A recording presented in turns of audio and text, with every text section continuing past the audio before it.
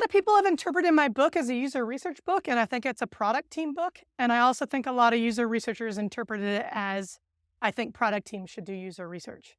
And I don't think that's true either. I think user researchers should do user research, and I think product teams should do product discovery. Today we have a special guest joining us, Teresa Torres. Teresa Torres is a renowned product discovery coach, author, and speaker.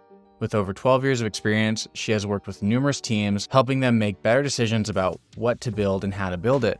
Teresa is known for her expertise in continuous discovery habits and has written the highly acclaimed book on this topic. In this episode, we dive deep into the world of product discovery and discuss the importance of user research, the difference between user research and product discovery, and the impact of building fast feedback loops with customers.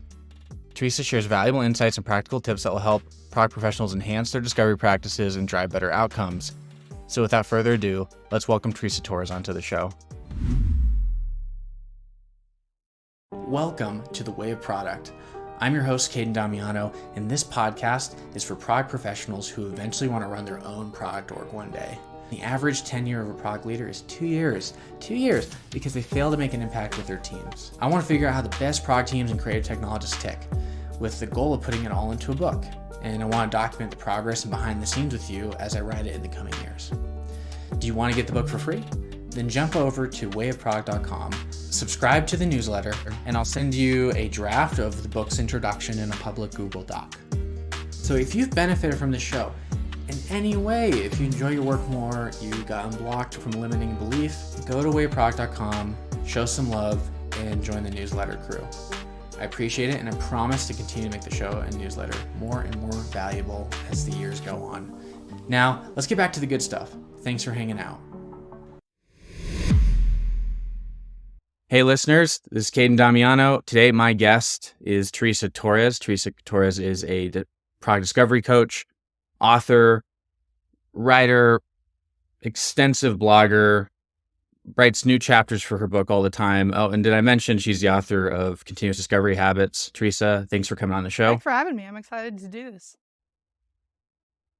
Yeah, so Teresa, before we get started, could you just briefly introduce yourself to the listener? Just tell them like who you are, your what, why, how. So I've spent the last 12 years working as a product discovery coach. That is a much more common term, but 12 years ago, I'm pretty sure I was the first one to use it, at least according to LinkedIn.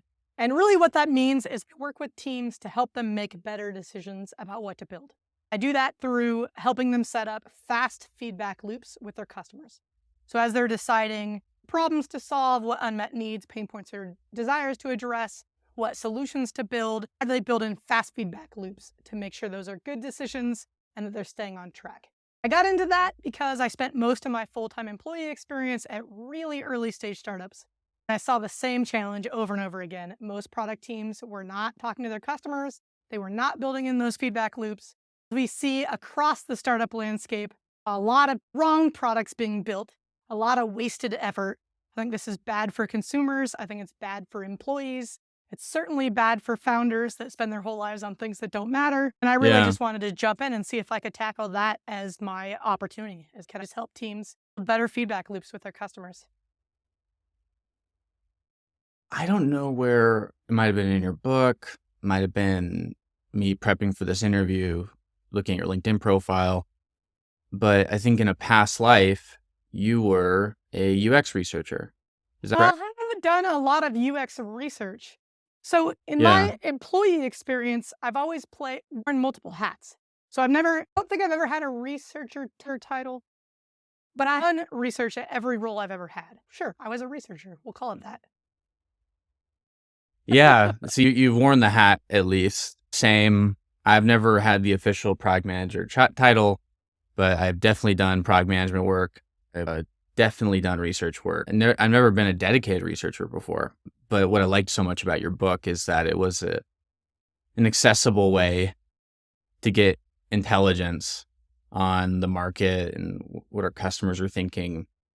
And I really just grabbed hold of it because I think I've noticed a lot of people read the book and they're like, wow, good book. And then their behavior doesn't change, right? Because that's what learning is, just new information plus behavior change. They've learned something. And it's fascinating how much it resonates. Can you just walk me through the process of how you came to these conclusions and developed this framework. Yeah, so first let's talk about user research versus discovery, because I think this is a really important Yeah. distinction.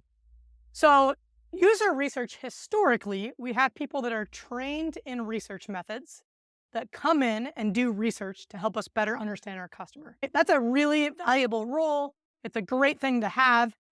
I think historically, a lot of that research is happening on a different timeline than what we see in the world of product discovery. So with product discovery, we're trying to support product teams as they're making daily and weekly decisions. And so we're looking at how do we get reliable enough, and this is the enough is a key word here, on what they're doing right now. Now, reliability is a research concept. It's what we're learning in our research, valid, so validity and reliability. Is it reliable and is it valid? If we were to do this research again, reliability is when we learn the same thing a second time. Validity is, are we measuring what we think we're measuring? Are we asking the right questions? Are we learning what we should be learning? So these are research concepts. When we talk about user research, like traditional user research, we're looking at bigger studies, maybe diary studies, longitudinal studies, interviewing lots of customers. These are big project-based research projects, and that's because that's what gets us reliable and valid feedback. And that's good. I wish every single company on the planet would have an army of user researchers and that we would do user research and product discovery. But I think they're fundamentally different things. In product discovery, we're basically saying product teams need to move fast. We need to get fast answers. Some answers, even if they're less reliable than what we're getting from this project-based research, are better than no answers. And how do we build in fast feedback loops? And ideally, a company is doing both those things. They have longer horizon user research, and they're doing good product discovery. Now, where this gets a little bit messy and these concepts overlap is we have a lot of user researchers who are doing both user research and product discovery, and I think that's also fantastic. So just to help clarify what's the difference between these two things, who's doing what, there's a lot of overlap, but I think when we saw the rise of product discovery, it was really about supporting fast decision making. Whereas I think user research is more about getting good, reliable, valid research for our organizations to build on. So what prompted you to clarify that distinction? A lot of people have interpreted my book as a user research book, and I think it's a product team book. And I also think a lot of user researchers interpreted it as, I think product teams should do user research. And I don't think that's true either. I think user researchers should do user research, and I think product teams should do product discovery. So if you were a director of product and you had to resource a team and operationalize it, how would you move the chess pieces? And so how would you articulate it to the team so that they're like clearly defined work streams? Oh no, you guys are working on the fast feedback loop work, but like researchers, like this is what you're doing and this is what we're looking Yeah, for. so I'm going to start with my ideal world. I have infinite resources. I can hire whoever I need. In my ideal world, I have product teams. So where a product team is comprised of a product manager, one or more designers, probably multiple engineers. In my ideal world, a user researcher that is full-time embedded on that team. And they are tasked with an outcome, and they're working week over week to ship value to their customer. Now, the reason why I want a user researcher on that team is I think a user researcher can improve the reliability and the validity of discovery work. So I think user researchers are valuable in the product discovery world. Now, I also want a team in my ideal world, also want a team of centralized user researchers that is my research team, and they are working on a different time horizon. They're working on longer horizon questions, like maybe they're working on our big, hard, meaty customer problems that we could eventually apply generative AI to. Not something we're going to release next week, but it certainly is a trend I need to stay on top of right now. Maybe they're looking at what is our customer behavior? What are the external trends that might affect our customer behavior over the next 6 to 12 months? How does our customers' behavior change over their life cycle of using the product? From onboarding all the way through to super successful 2 years in retention. These are not questions that a single product team can answer on a week over week basis, right? So in any organization, We have work that happens on a weekly cadence where we need fast feedback loops, and we have big, meaty, hard questions that we need to slow down and take time to understand. So ideally, in an ideal world, I have user researchers embedded on my product teams, helping to improve the reliability and the validity of discovery research. But I also have user researchers working on long horizons. I think if I don't have the ability to hire that many user researchers, I probably would focus my user researchers on those longer horizon questions, and I would just train my product teams on how to do good enough research. I had the Apple and Banana team on the podcast, and one of the co-founders of Apple and Banana is a research manager at Best Buy, and he talked about how the purpose of user researchers was to focus on the big strategic fires and then let the product teams handle the tactical fires, because it's really more about experience and learning by doing. But yeah, like having a researcher is still like such a luxury, right? And I wonder, I don't know if I don't think it's anything you said, but I'm pretty sure people read the book and they think, oh, this is good enough. And because this is like my justification for not hiring a researcher, like what would you say to that person Okay, first of who all, came to that my conclusion? show today is most companies don't Yeah. have user researchers. That has Yeah, nothing to it's really do with hard. product discovery. That has nothing to do with my book. Be hard press. Like if somebody read my book and said, "Oh, Teresa says we don't need to hire user researchers," I would like them to point out where in the book it says that. Right? The book is about how product teams should work. I would love it if every product team had a Yeah. user researcher. That's where user researchers come into play in the book. But the book is about how product teams should work. Right? For eons have hired business intelligence teams and marketing and research teams, and now they're hiring user research teams. Like companies have understood the role of research for a long time.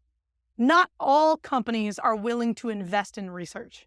I think that is fundamentally a different question from product discovery. Okay. Yeah. And for me, it's the feeling that you need someone that has like a competency in research to really do it well. I think one of the things I've struggled with, and one of the reasons why I reached out to you, was that the whole framework made sense, right? And had a lot of like design, like thinking style, like abductive reasoning style frameworks to like help, think visually, do pattern recognition. The thing that I've struggled with, and I wonder if you've seen the same thing in your client engagements, is that a lot of the product managers that I try to do this with have a hard time really embodying the essence of what you're trying to get through. The problem is I can't articulate like the philosophy. So, talk about discovery has this underlying structure. We're starting with an outcome. We're discovering opportunities. Opportunities are unmet needs, pain points, and desires. And then we're discovering the solutions that line up with those opportunities. And the goal with that structure is how do we build things that create customer value by addressing those opportunities and also create business value by deriving that outcome. So that's like the arc of the book, right? That's the spine of the book. The product team, in order to do both of those things well, in order to discover opportunities, I want to interview my customers. And I advocate for interviewing customers week over week. That's going to help me discover unmet customer needs, pain points, and desires, but only if I interview well. So I'm going to come back to that. Put a pin in that for a second. The second activity is assumption testing. Assumption testing is going to help us discover what solutions will match those opportunities.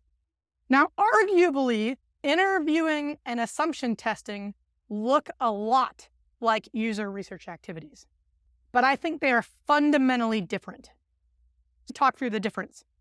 If I'm on a user research team and I'm trying to answer a question about how does this external trend impact my customer's behavior over the next 6 to 12 months, I'm going to go out and I'm going to interview customers, but it's going to be a much more structured interview. I'm going to come up with research questions. I'm going to come up with, probably going to conduct every interview exactly the same way. I'm going to probably have a discussion guide. I'm probably going to put together a research report. I'm going to look at themes. I'm going to probably do some affinity mapping. I'm going to do coding and all sorts of qualitative analysis. I might go visit a customer in person. It's a big research project, right? When I talk about interviewing, from a way to support product discovery, I want a team having at least one customer conversation every single week. That customer conversation could be as short as 30 minutes. And in that conversation, they're asking one story-based question. They're asking their customer to tell them a story about a time when they did a thing. So it could be, tell me about the last time you watched Netflix. It could be, tell me about the last time you bought groceries. It could be, tell me about the last time you looked for a job. Just collecting a story. The purpose of that story is to uncover unmet needs, pain points, and desires. This is a very specific type of interview. Okay, so now we have interviewing on the research side and interviewing on the discovery side. If I want to interview to answer any research question and to be able to create a good research report and have findings be transferable across populations and predict behavior from this small number to this big number, I need good, strong, slow research methods. That's what our researchers are doing. My product team is just looking for insights. We're just looking for what's coming up in our customer stories over and over again. We're using one interview method, story-based interview. I can tell you, I can teach a product team that has no research background how to collect a story. It's not that hard. It takes practice. It is a skill that needs to be developed, but it can be taught. A product manager can learn it. A designer can learn it. Engineers can learn it.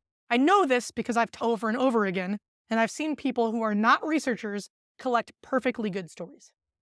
And the reason why that works is we're taking a research activity and dramatically simplifying it so that a non-researcher can do it. It doesn't mean this team over here is now doing this research activity that our user researcher should be doing.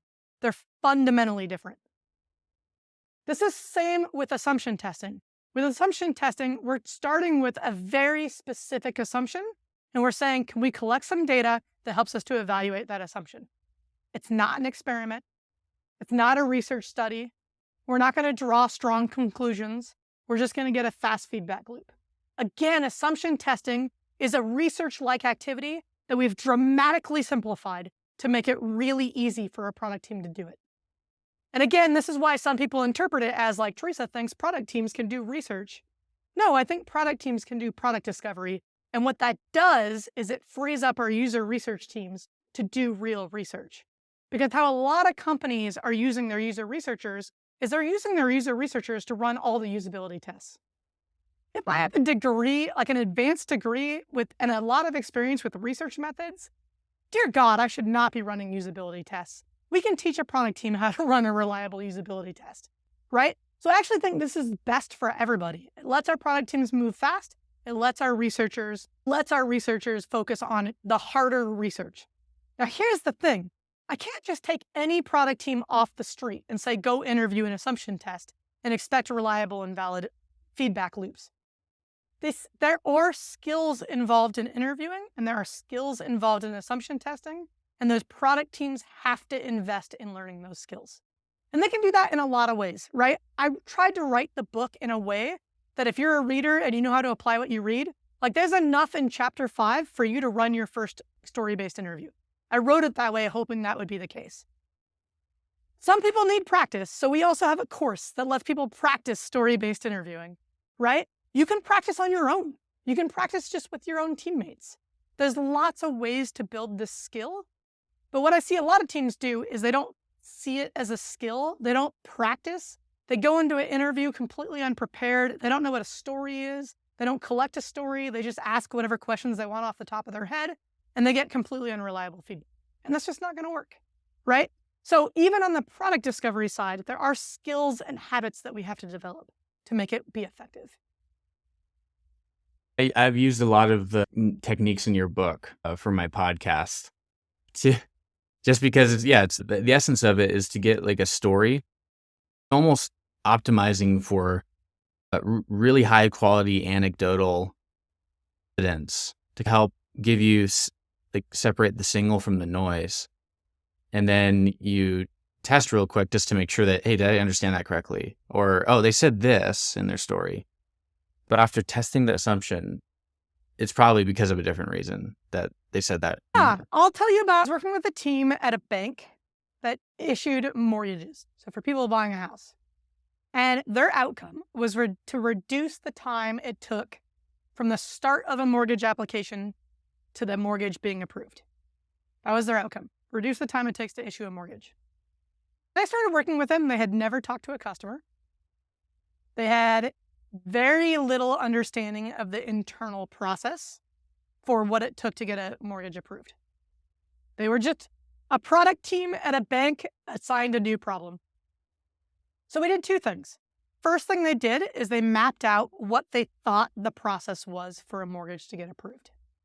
So they did an experience map of what they thought happened, all the steps along the way, both from their customers and from their bank side. So you can imagine this map looked like first somebody comes to the website and they fill out an initial me a quote, and then that goes to the bank and they have to return a quote, and then they collect financial documents, so they go back and forth. And then as they get into the purchase process, a mortgage appraisal has to happen. There's all these steps. Okay, so they outlined what they thought happened. Then they went and they started interviewing both internal employees that were involved in each of those steps and customers that had recently applied for a mortgage. And they asked the customer, tell me about your experience applying for a mortgage. And they asked their employees, tell me about the most recent mortgage application that you processed. And they just focused on the steps that was relevant for that employee. So for example, there was an employee that was responsible for getting an appraisal scheduled. And they asked that person, tell me about the last appraisal you had to get scheduled, right? And then for different employees, different parts of the process, and they mapped it all out. And before they did any of these interviews, they thought the way to reduce the time of a mortgage application was to allow customers to upload all their documents to the website. So they were a regional local bank, and the way customers submitted their documents was they literally went to a bank branch and said, here's all my documents. Okay, they spent 1 week. They interviewed 4 different employees that were involved in the process, and they interviewed 3 customers. And here's what they learned. It takes about 3 days for the customer to fill out the initial form online and to go to a bank and return the document. It takes 14 days for the appraisal to get scheduled and to happen. And then it takes about 3 days for the bank to approve the mortgage based on the appraisal and all the documents. So they learned really quickly, sure, they could build a document uploader, but that's not where the vast majority of time was. They learned that in 1 week of discovery. And if they hadn't done that work, they would have built completely the wrong thing. So then they started to dig into, okay, why in the world does an appraisal take so long? They realized that the way that they match appraisers to appraisals was completely broken. Whoever did that step in the process could just pick whoever they wanted. They had no visibility into the load of that appraiser. They had no visibility of how close that appraiser was to that property. There was no consequences if an appraiser just sat on it for days. They just started to look at that process. And it turns out they didn't have to build a single piece of software at all. All they had to do was change the process behind how an appraisal was done. Just it's an adjustment to the SOP. Exactly. Right. And they were able to have a huge impact on their outcome in just a matter of weeks. And they would have spent probably the entire quarter supporting this document uploader. Because here's the deal. The document uploader was not just, let me use my browser to upload some files. Remember, this is financial data. So they have to have it be secure, and it has to go through all these checks and balances, and there's all these regulations. Turns out that was not the problem at all. And ended up having a big enough impact on their outcome that they switched outcomes before the end of the quarter because they completely solved the problem. And that was from 7 interviews. That reminds me about Airbnb's recent opening of the kimono and showing how they fixed a lot of the common pain points in their experience. They did a more obviously like longer term research service design approach, which I think is a little bit more like technical than continuous discovery habits. But from like when I look at experience maps, I'm like, okay, where'd this come from? What was the ancestor of this method? And I'd imagine it's like service blueprints, storyboards, Right. So I feel like mapping is at the heart of so many different methods, right? So we have customer journey mapping, Yeah. experience mapping, story mapping. I think the underlying principle here is that teams move faster, they stay aligned better, humans synthesize better when we externalize our thinking. Like that's fundamentally the underlying principle. The cognitive Yeah. psychologist Barbara Tversky, who wrote a book about this, is called Mind in Motion. And it's this idea that when we externalize our thinking, we're unloading our working memory. Instead of having to just remember everything in our head, we're putting it down on paper or on a whiteboard or on a Miro board or whatever your preferred tool is so that you can visually see it. And when we can see it, we're freeing up our cognitive energy to then think about it. And we dramatically underestimate how much effort is involved in remembering, in making sure that we're aligned, in making sure that we're all seeing and thinking and like working through the same problem. And so there is, I think, magic in, can we just take what's in each of our collective heads and externalize it so we can all look at it, say, do we agree? Is this how it works? And I do this a lot with the teams that I coach. Like I said in this story, the very first thing is they each individually drew a map of what they thought the process was. And then they aligned on a team as what they thought the process was. And then they went and interviewed and they revised and updated their map based on what they actually learned. Yeah.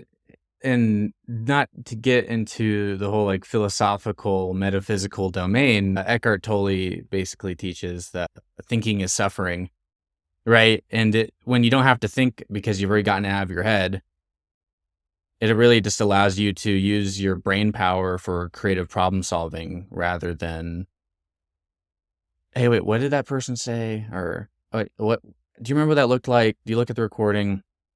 Absolutely. Like All of that's, us have had the yeah. experience where you're sitting in a meeting, you're talking in circles, everybody thinks they're in agreement, but they're not. And then somebody, like you just can't get, or you thinks everybody's disagreeing, but they're not sure why.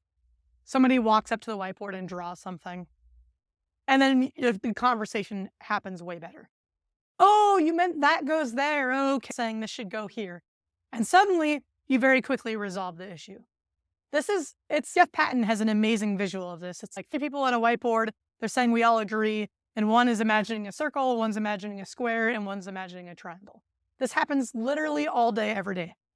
I think this is a really important part of discovery because we learn a lot in discovery. A single story, a single customer story generates a lot of data.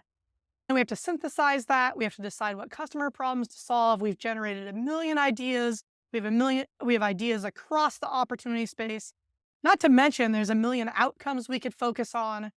So all this externalizing of our thinking is going to help us make sense of what is a really messy problem space. So I'm calling from Utah, and so Jeff actually lives like up in Yeah. Park City, and so he comes to a lot of the events down here, or I guess up here because we're pretty high up. Can you walk me through a little bit of like how you adapt? Because now I'm like, okay, these methods and continuous discovery habits were based in like real research methodologies. Like, why did you choose user story mapping? Okay, we're going to take a quick break from our scheduled programming. If you're enjoying this podcast and you've gotten any value out of it so far, I have a special request for you. I'm currently writing a book on product team collaboration, and I want to get the message out there. So if you want to take a moment and hit subscribe in your podcast app, that would mean the world to me, and it would be super helpful in booking better guests, getting better content out there, and getting the message of this book out to more people. So whether you have to pause this podcast or you like multitasking while listening to it, just take a moment and hit subscribe on the show page and show your support. Again, thanks for listening. Now back to the show. Yeah, okay, let's talk about where the content in the book came from. So for the last 12 years, I have worked one-on-one with product trios as a coach. I work with them for 12 weeks. The goal is to teach them how to do discovery well. A lot of the content from the book came from a curriculum that I developed and iterated on during that time period. And it's all about, like with coaching, it's all about behavior change. So can I take a team who's never talked to a customer and get them to the point where they're doing good continuous discovery? Okay, that's a big transition. So what's going to work? Where do they get stuck? And literally every piece in the book came from trial and error after team. How do I make it as easy as possible for teams to adopt a continuous discovery process? And some of the things were things that I just knew. Like in college, I was introduced to human-centered design. So I was introduced to things like usability testing and ethnographic research and contextual inquiry. And so I already had like sort of human-centered design thinking kind of research principles in my back pocket. But I realized like most product teams have never heard of those things. They don't have time to do most of those things. So it really became this exercise in, it's a design problem. How do I design tactics and methods that work really well for teams to do this quickly and to do it effectively? So we can just go through each of the habits. This idea of starting with outcomes, I didn't make that up. Forget where I originally heard it, probably Marty Kagan. The narrative in our industry, it really resonated with me the first time I heard it because it's exactly the same as Stephen Covey's Begin with the End in Mind. Like, this is a really old idea. If you want to be successful, you need to know what success looks like and then work backwards from it. This is again becoming popular with Amazon's work backwards, right? It's just starting with an outcome is what success look like? How do we get there? That's it.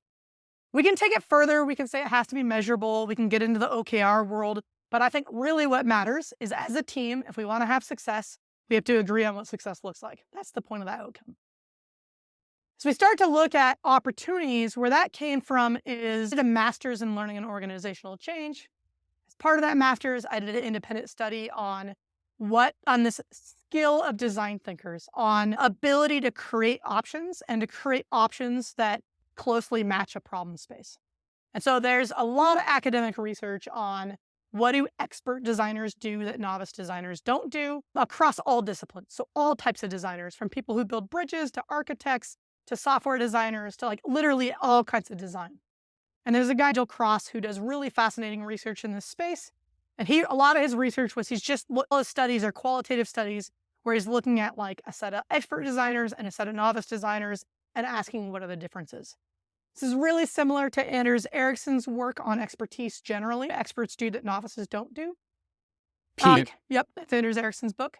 One of the things that Nigel Cross found, which I thought was absolutely fascinating, is this idea that and this resonated with me as a designer, what expert designers do that novice designers don't do is they evolve their understanding of the solution and the problem at the exact same time. So they start with what they think the problem is.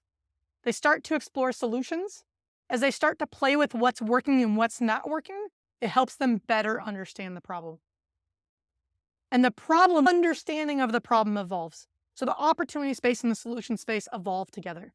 This was a huge insight for me because a lot of teams, they want to say the product manager owns the problem and the designer and the engineers own the solution. That doesn't work. As we explore solutions, the understanding of the problem evolves. This is what led to me realizing product discovery needs to be a team sport. I also saw this with the teams that I was coaching. It started by just coaching product managers. And what happens when you just coach product managers? They might do discovery, they might learn better things to build. They walk into that first sprint planning meeting with requirements, and the designers and the engineers push back, and they spend days doing sprint planning. We have all seen this. We can fix this by just bringing the designers and the engineers into the discovery process. Also, engineers and designers are best at solutions, and we want them to be involved in the discovery process.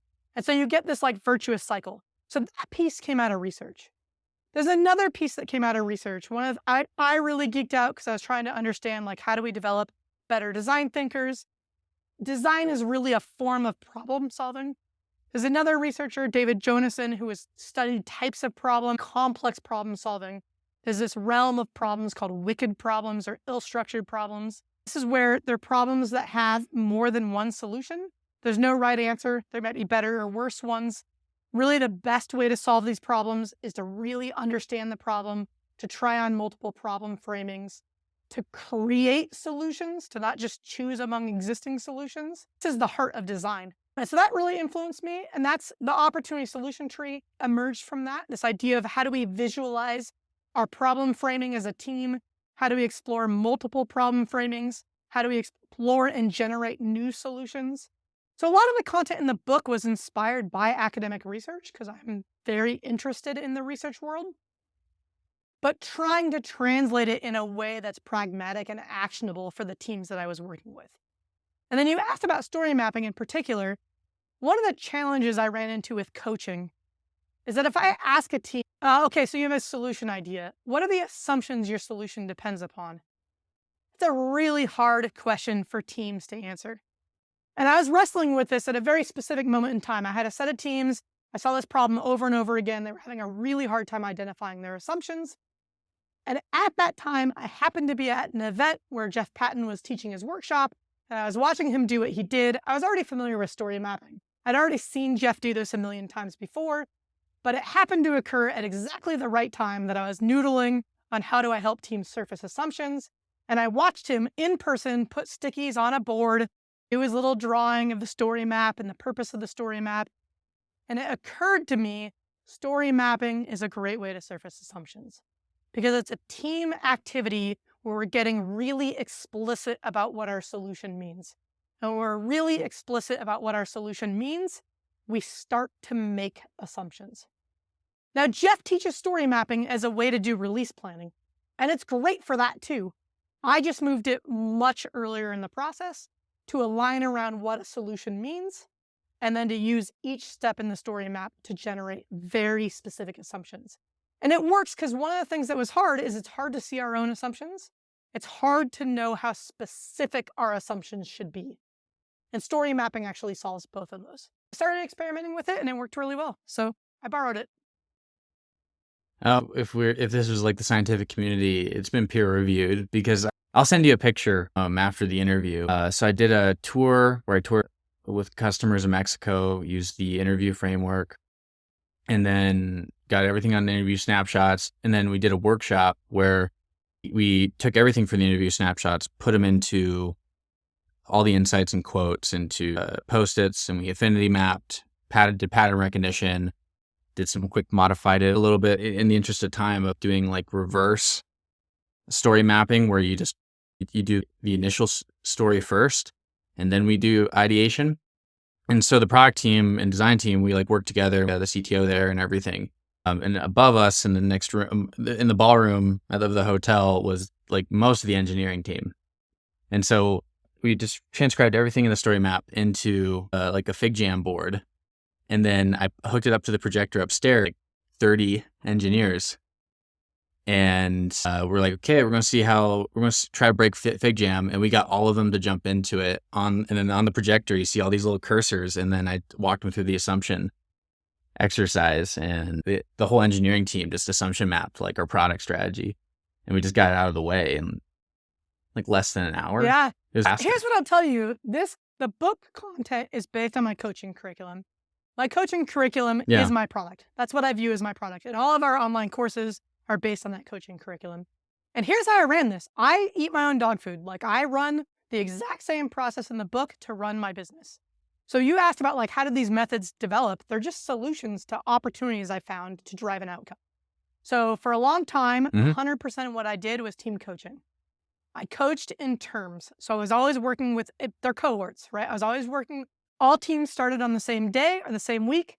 I coached them for 12 weeks. I had a 12-week term. They were a cohort.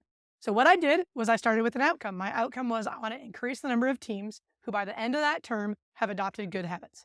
And I basically would track for all of the teams in a cohort at what week in the 12 weeks did they adopt different habits. And then I was trying to reduce the time it took for them to adopt habits. And I worked this way for years, just looking at how do I get these teams to adopt these habits faster? Now, in order to do that, I have to productize the solution. So I had to move away from, I'm just going to show up to a coaching call and tackle whatever you encounter. And I had to start to build a formal curriculum. That curriculum became my product. That's how I made sure every team had the same experience so that I could start to measure outcomes. Now, of course, it wasn't exactly the same experience because different teams had different challenges. And my coaching calls almost became my interviews. A team went through the curriculum. They tried to apply it. They did it as a flipped classroom. They went through the curriculum on their own. They tried to apply it. We did a coaching session. And in the coaching session, we're starting to look at, for them, I'm trying to help them adopt the habit. For me, I'm looking at where did they run into problems? How do I fix and evolve the curriculum so that I'm matching the needs that came up in the coaching call and I'm driving my outcome of helping them adopt the habits more quickly. And then it was just an iterative process of how do I improve my product to meet the team's needs in a way that drives my outcome. It's literally that simple. I ran the exact same process. And it, Yeah. So yeah. I was Oh, gonna go say, ahead. it was when I got to the point where most of my teams were adopting most of the habits in a 12-week time period that I said, okay, it's time to write a book about this. Yeah. You've really proven it out at that point, right? And codified it and have all this like performance data. So the coaching calls were basically the minimum viable products. Like, okay, bespoke, custom workshops. And then from experience doing that, you're like, okay, cool. I'm going to start prototyping a curriculum. And then I'm going to try to see how fast I could deliver the content in a coaching engagement. Okay, cool. Now I'm going to measure, okay, the curriculum's doing a little bit better. Okay, now I'm going to measure how fast they're taking on the habit. And then eventually you get so many revs that you're just like, okay, I could do a book now, which I think so many people, they write books before doing any of that work, or if they do Yeah, it at all. and honestly, I tried that. I tried to write my book in 2016, and I realized that, books are waterfall. You write the book and hope people like it. Yeah. I didn't want to do that. That's what really helped me turn my coaching service into a product. It was a way of being able to test my content before I codified it in a book. Well, and also you only get one good first impression. And just imagine just writing that book, just shooting from the hip. Like, you definitely wouldn't have made as much of an impact than how you did now. And like this is a cult classic in the product industry. And I'm not trying to like fanboy or anything, but it's just really cool to hear that, like, how much pork you put into this. Yeah, I mean, it's really made a decision 12 years ago. I loved being a product person. I loved working with product teams. I love working with engineers. It was not a trivial decision to decide I'm going to go work as a coach. To me, it's important enough. I really think the world would be better. Like everybody in the world, consumers, employees. I don't really care about the VCs, but even they would be better because they'd have more hits. Like literally everybody would be better if our technology was better. And I really think everybody would be better if teams learned how to build faster feedback loops. It was not an easy decision, but I think it was the right decision for me. It was the type of problem that I could happily spend the rest of my life working on. So I wasn't going to half-ass it. And I'm not done. There will be more books. There will be more books on each of the habits. There will be more. I still iterate on all of our courses. Still a work in progress. And I think it's going to take us more than my lifetime to change the way that we work. But if I can put a little tiny dent in the way teams work, I will be happy with my professional life.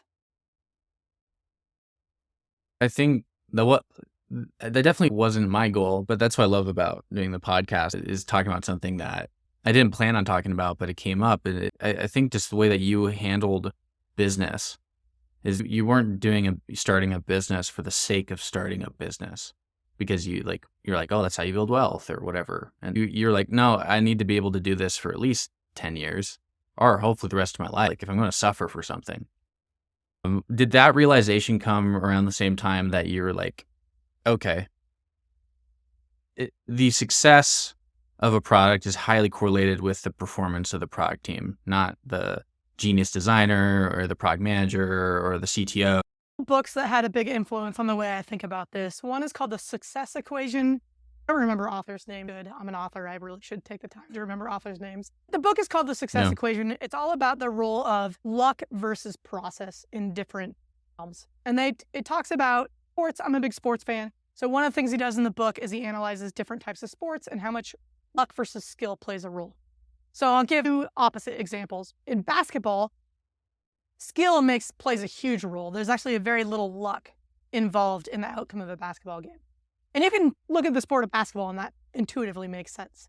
And then if you look at hockey, there's actually a lot of luck involved because in hockey, it's a much smaller, puck is much smaller than a basketball. You're on ice. There's lots of things the puck can deflect off of. There's a lot more luck. There's a lot more chaos involved in a hockey game than in a basketball game. Okay, so what he talks about in the book is we can first evaluate an activity based on like what percentage does luck have an impact and what percentage does process have an impact. You don't need exact numbers. You can just intuit this. What does that mean for success? So when you have a game like basketball where skill is more important than luck, then you want to focus on building your skills, right? That makes intuitive sense. If you have a, Well, it's like the whole like John Wooden thing, tie your shoes correctly. okay, so there's a lot of book, like The Score Takes Care of Itself is a book all about this, right? Okay, Yeah. so in a game like hockey, skill absolutely matters, just like in basketball, process matters, right? We see this in the difference between college basketball and NBA basketball, although the Spurs changed this a little bit, the Warriors changed this a little bit. In pro basketball, you get a lot more of superstar skilled player that can dominate the game, the Kobe Bryants, the Michael Jordans, to some degree the Steph Currys. Although I'm going to argue the Warriors are more the process side, right? They play a much more team ball, more about process, which is exactly what college basketball, kids have not developed that ridiculous extreme skill yet for the process side. Now, this isn't 100% one way or the other. Hockey is a very system-based game, but skill absolutely matters. It's also a high skill game. Okay, why am I going on this rant? Let's look at business. What impacts business? Skill is clearly a factor, but every successful entrepreneur or business person will also tell you, if they're being honest, luck is also a huge factor. Luck is a major, you can do all the right things in business and be unlucky and your business will not survive. I'll tell you a story. I experienced this personally. I worked at a startup that was the very first company to build a friends social graph before Facebook, before Friendster, the very first company to build the friends social graph. They were super successful in their early days, a rocket ship, fast-growing company. They sold alumni communities to universities. Within a 3-year period, they signed up 150 of the 300-odd universities in the US. They went from 0 to 18 million users, I think, in their first 5 years. It may not sound like a lot today, but in the early 2000s, getting to 18 million users that quickly was huge. Super successful. And then the 2008 recession. And here's what happened in the 2008 recession. This company had 2 revenue lines. One was they sold a recruiting product that allowed employers to recruit out of those university communities and alumni communities. And 2, they sold an alumni platform to universities. That's 2 really bad markets to be in during a crushing economic downturn. That company went from being a rocket ship to seeing their revenue drop by 65% in a 3-month time period. Now, there is some skill that could have been applied to help that company better weather a downturn. But that company was extremely unlucky that at the point where they were hitting the inflection point of their rocket ship, the market conditions changed in a catastrophic way. Right? Luck will always play a role in business. 100% of the time, luck will always play a role. How do we mitigate luck? We get all these platitudes of compared, the luck favors the prepared, or whatever that quote is. The success equation argued, and I think The Score Takes Care of Itself makes the exact same argument. Process. Focusing on a good process. And this is everywhere in decision-making research and problem-solving research. It's how do we follow a good process? Now, process is a little bit of a bad word in the tech space. I know Marty Kagan rails against process. When I say process, I don't mean bureaucracy. I don't mean every team doing exactly the same thing. What I mean by process is how do we put into place strong underlying principles that guide the way that we work. So this was very influential in the way that I designed my book, my techniques. Not meant to be a playbook that you do exactly, but from beginning to end. It's meant to be a collection of habits that you need to develop and adopt for yourself. It's meant to be a way for you to get introduced to ideas of comparing and contrasting and testing assumptions and feedback loops. And then really they're meant for you to adopt each habit on your own and make it your own to fit your organizational context. And it's all about how do we create an environment where luck will favor us. Yeah, be like water, right? That you just paraphrase Bruce Lee there. Yeah. Just take what's useful, throw it. Yeah. I really like the example of like sports. I definitely have seen like Talent's Overrated is a great book. where it just basically said, hey, Tiger Woods is watching his dad hit balls from a high chair. Yeah. And then it just time on task, like practice and everything like that. And then you can like look at like the Kobe and the Michael Jordans, if you read the book, like Relentless. It's like Michael Jordan, like he was great because even after he was great, he still practiced. I'm not going to go as far as saying talent doesn't matter. I would not go that far. I do think there is variation in human ability. I think you could take another person practiced as much as Michael Jordan and it would not be Michael Jordan, right? Michael Jordan probably has ridiculous fast twitch muscles that lets him leap the way that he does. I don't even know if fast twitch muscles are the right thing, but he has something genetically that allows him to leap the way that he does. Michael Phelps is a genetic anomaly that makes him a phenomenal swimmer. Now, would Michael Phelps be a phenomenal swimmer if he didn't put in all that time? Absolutely not. Would Michael Jordan have been who he was if he didn't put on all that time? Absolutely not.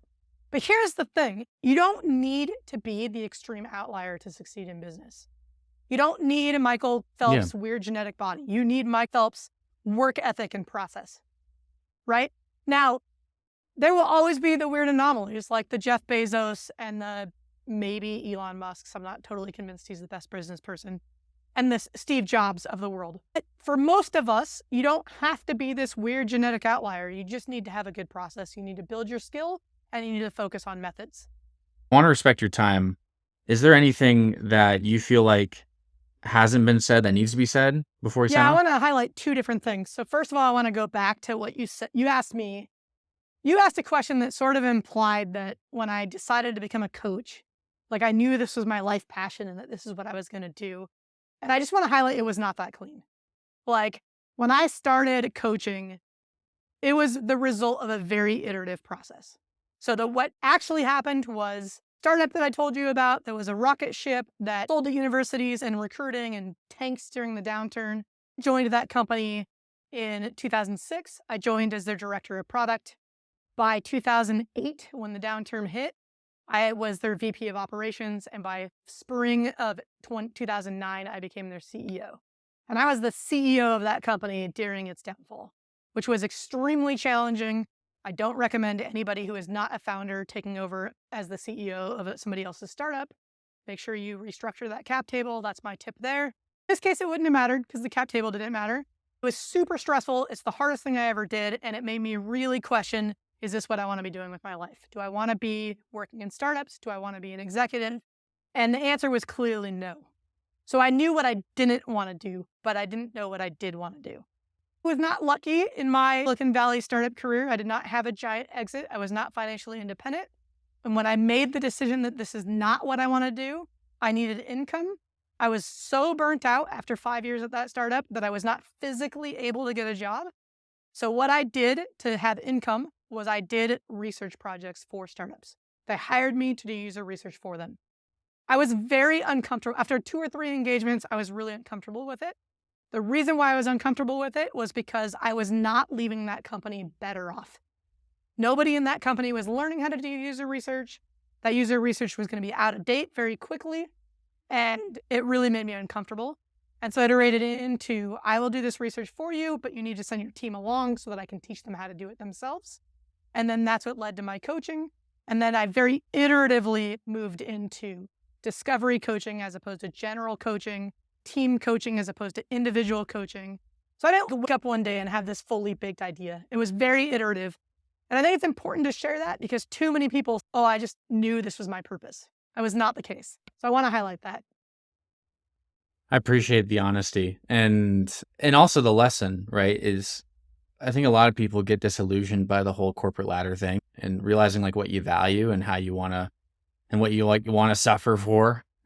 That's like the first step to getting on like a different path that's going to lead to a more fulfilling career. And it looks like you've obviously done that. So Teresa, thank you so much for sticking to it and continuing to develop the ideas. It's definitely made a lot of people's lives easier in the product space. One thing I'll just add is for folks that want to learn more about my work, I do blog at producttalk.org. Yeah. Book is Continuous Discovery Habits. Also have a community for people that are trying to put the habits into practice. You can learn about that also at producttalk.org.